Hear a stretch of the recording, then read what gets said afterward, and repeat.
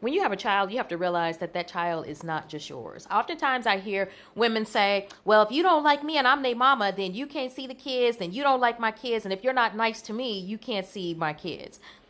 I don't have any children. I'm child free, so I can't really relate to that. But what I can tell you as someone who is child free, that your kids are your kids and out of sight, out of mind. And especially for those of us who are child free, if we wanted to have children, we would have had them or would have adopted them.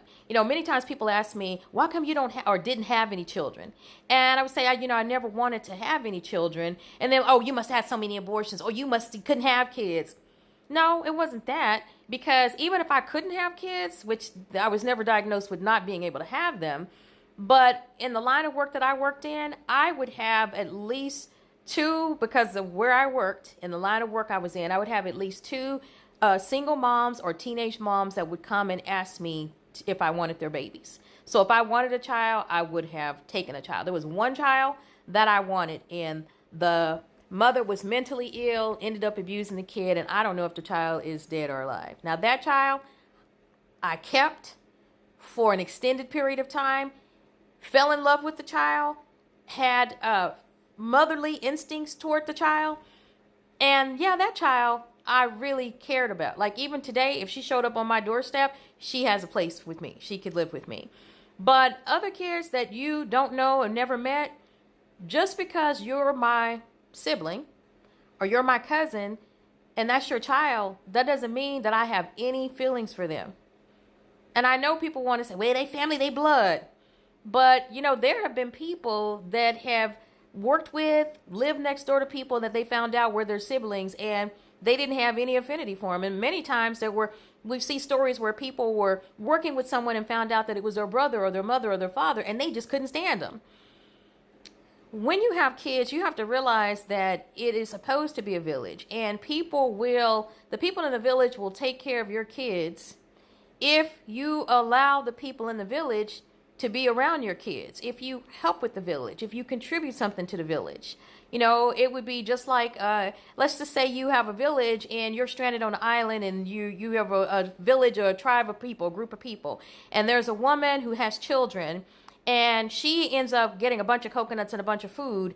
And then there are two other women there that have children, and they go over and ask, hey, can I have some of that coconut or some of that food for my children? And she says no. Then when they have food and they only have a little bit, odds are they're probably not going to give her children any. Now, you would argue, and I would say that I would, but they would not be obligated to that. Just as no one is obligated to care about the children that you went and had and then didn't bring around anybody. I'm going to tell you a story about a relative of mine. A few years ago, I ran into a young relative of mine that was, the father is related to me, not a sibling, but very, very close. It was a child that my parents had helped to raise prior to my being born. But then that young man went to go live with his family, and, I never even spent the night at the house when I was growing up, so I didn't know him very well. But he had a son, and this son wanted to be in TV news, and he talks about how he used to watch me on the news, and how, he'd see me at places doing things with the other, like, little cousins and nieces and nephews and stuff, and I never brought him anything. I never tried to see him. And his mom said that we didn't care anything about him. And I said to him, he's a young man, and I said to him, you need to talk to your parents about that, because first of all, I'm a cousin. So I owe you nothing. There's no obligation. I have no children. I owe you nothing. But what I am going to share with you is the fact that you need to talk to your parents about that.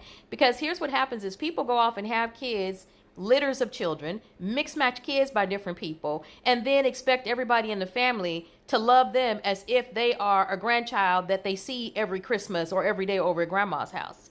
If we don't see your kids and don't know them, we don't care about them. Like, for example, my nieces and nephews, I care a great deal about them. I don't see them enough based upon, what happened in their family dynamics.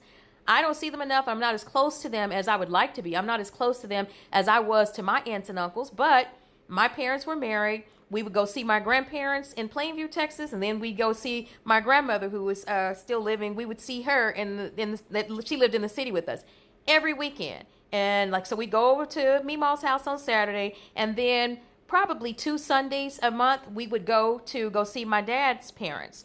And so, yeah, you're going to be close to them. But also, there were my grandmother, my dad's side, had a young daughter, and she had children, my Aunt Cora, and they lived with Mama Dora and Daddy Rose for a while. So, of course, you're going to be close to them. Like, I'm sure she felt closer to her daughter's kids that live with her than she did with me. They probably have some experiences with her that I will never have because I never lived in that house.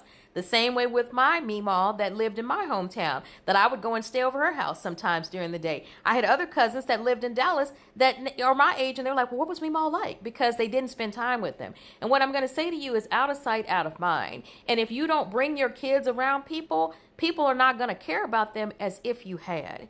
And if you want your kids to be loved and to have an extended family, then you have to move yourself out of the equation or fit into the equation in order for those kids to have that. Because I for one, and that young man, fortunately, he understood what I was saying, but I, for one, I'm just getting really tired the older that I get of like people who have had kids. Now their kids showing up to me saying, you didn't do this for me and you didn't do that for me and you didn't do this for me. I don't have to do nothing for you. I ain't got no kids. Now, maybe if I had some kids and I would think, well, if something happens to me, you could probably take care of my kids or something. I ain't got no kids. So maybe that's the reason that I feel that way. There are children that I love and would do anything for. And then there are some that I don't know.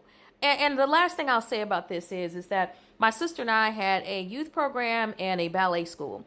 And people were oftentimes like, well, you do so much with this child and y'all do so much with that one. It's because we had access to that child. That child... parents would bring them around. Their parents would say, hey, we are getting ready to go out of town. Can you watch them for us? And then there were other people that act like that their kids were like a piece of gold and like we wanted them because my sister and I didn't have any children, and they would have this idea that we had a whole organization working with kids because we couldn't have none and we just want their kids. And we try to take their kids. Don't nobody want your kids.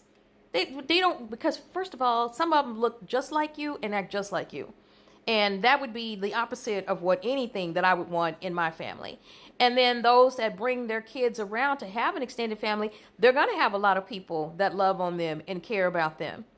And so, yeah, if you don't bring your kids around and you have this philosophy, well, I can act as ugly as I want to act. And if they not nice to me, I'm going to hold my kid back. You're hurting your kid. Because like that young man that came to me, there was so many things that had he been around, I would have done for him. But I'm not going to go fight with a cousin's baby mama to do something for their kid that one wouldn't be appreciated, two wouldn't have been accepted, and three, it wasn't something that I was obligated to do or something I wanted to do. While I would have been putting resources over there, I could be putting resources into kids who I have a vested interest, stake, responsibility, and care about their lives.